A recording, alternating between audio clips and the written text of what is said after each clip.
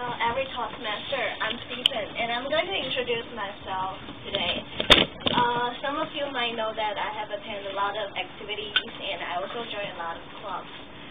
My friends have asked me that, Stephen, why do you push yourself so hard? Like, why do you spend a lot of time just try to finish something that is nothing big deal? Well, my answer is always that because I know what I'm doing, and I know I'm on the way to approach my dream. Just like the boy in the picture, he just put off his effort to catch the moon, which means represent his dream. Next, I'm going to introduce the formation of myself. There are 4 parts. First of all is curiosity and positivity and diversity. Then final is nerd. Curiosity means that I love to explore the world and love to meet new friends. As I'm a person that loves to embrace new things, I'm also diverse in different knowledge, different life experience, and different interests. I will share some story about my life later. Third, positivity means that whenever I meet any difficulties, I will try my best to conquer it. Even though like all others will say, well, you're gonna lose, it will never be successful. I'll just give it a try. Finally, nerd is because I really, really love science, especially physics and career science. So I'm proud of being nerd. Okay. Next, I'm going to share some stories in my share some story happening in my journey, in my pacing life.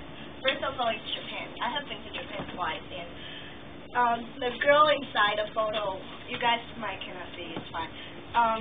What we know about Japan is that the living environment and service are pretty well there, but what we didn't notice, the gender equality is a very serious issue in there. The girl, she works in the museum, and she works pretty hard, and she's also really professional in introduce things and make tourists be happy. But she cannot even take the higher position just because her boss told her that, well, you're just a woman. Then another guy take the higher position just because of this. So, okay. Next, I'm going to say New York is a pretty nice city. I really love the city. It was a city mixed with the last trend of fashion and music and all the crazy stuff you could imagine. You could find it in the city. I went there with my friend to see the musical in a Broadway, and it called Chicago. It was one of the best performances that I have ever watched because of the dance and the music. It makes me it is really, really impressive. Okay. And next we went to Washington, D.C. All we know about the U.S. is its culture and its history is short. It's just about 200 years. But what we didn't know is the attitude of the Americans. They're really, really respect. It's good at saving their culture. All of the museums located in D.C. is free. You could just walk in and like talk with the guy excited, and it was really popular and normal for people like for elder and younger, and even though like 30 years old people, they were just walking to museums for like their casual time.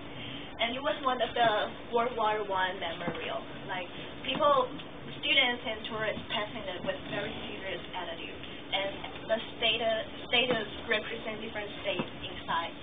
Okay. Well, about the Canada, it was Niagara Falls, the biggest fall in the world, and I could feel the power of nature standing in front of it. I would think that, wow, I'm so small, the human being is so small, and I really want to like explore more about nature, and we should cherish more about the earth. Okay. So about the Boston, I went there and had listened to a concert with Yo-Yo Ma. He played the cello on the stage. It was a really nice performance. And my friend luckily, she got the signature from him. So finally, I'm going to say my interest. Like spending a lot of time in different countries, I really love to explore world, and my interest is are really diverse. I love science, so I have done some research, and I love finance and dancing and traveling. So thank you for listening.